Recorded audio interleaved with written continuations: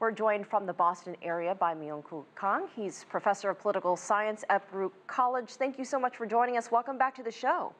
Thank you for inviting me, Elaine. You know, Professor, China is calling for dialogue, but is considering more DPRK sanctions via the UN Security Council.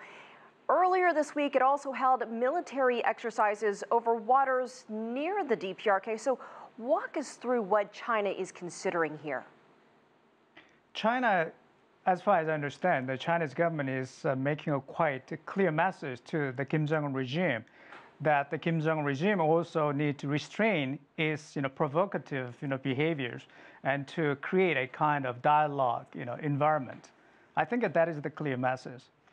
You know, there are reports from the ROK that there could be another missile test, DPRK missile test this weekend. Right. Sanctions, I know that you have said, are not the answer, but with what has happened over the past few months, is there anything that can slow down this pace? That's a tough question. I mean, everybody is trying to think about the solution, right? How to slow down or even freezing the North Korean nuclear and missile program at the moment. I think one important thing we have to think about is, ironically, Russian President Putin made a quite clear statement at BRICS meeting in China and the summit meeting with the South Korean President Moon Jae-in this week. He said that until North Korean regime feels safe, North Korean regime will continue, even they eat grass. He emphasized that.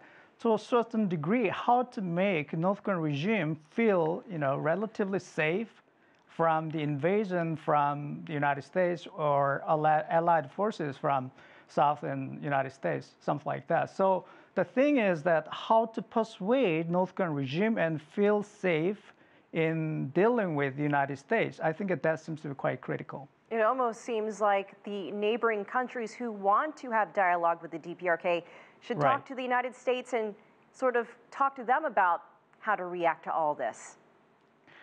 Right. The thing is that right now, United States doesn't want any kind of talk because there's a quite clear precondition for talk or any negotiation or diplomatic, relationship.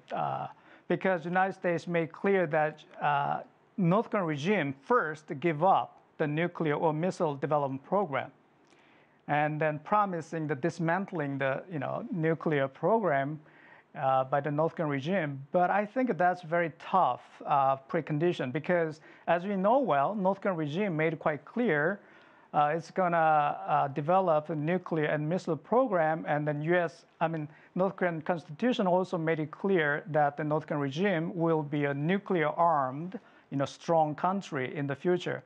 So how to get out of this kind of chicken game situation, that may be tough. And I think whether it's informal or official or unofficial, high level, some kind of more communication among all these countries will be essential to alleviate the current tension.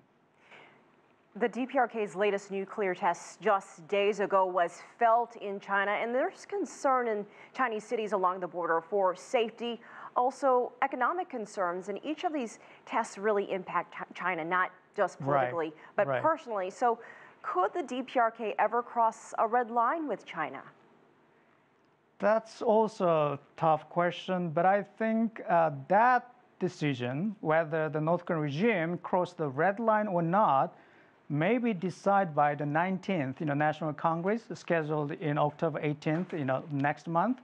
The 19th National Congress in China is a very important turning point, probably in defining China and North Korea relationship, because as you know well, out of those 7 standing Politburo members, except President Xi Jinping, and then Prime Minister Li Ka-shing, all other 5 members will be replaced, and 25 Politburo members will be replaced by relatively younger leaders.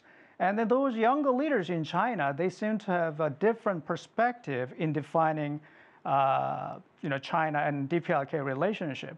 And I think after the 19th National Congress in China, and those leaders in China will make it quite clear how to deal with North Korea, and then whether the North Korean regime is crossing the red line or not, and then that'll be quite clear after that.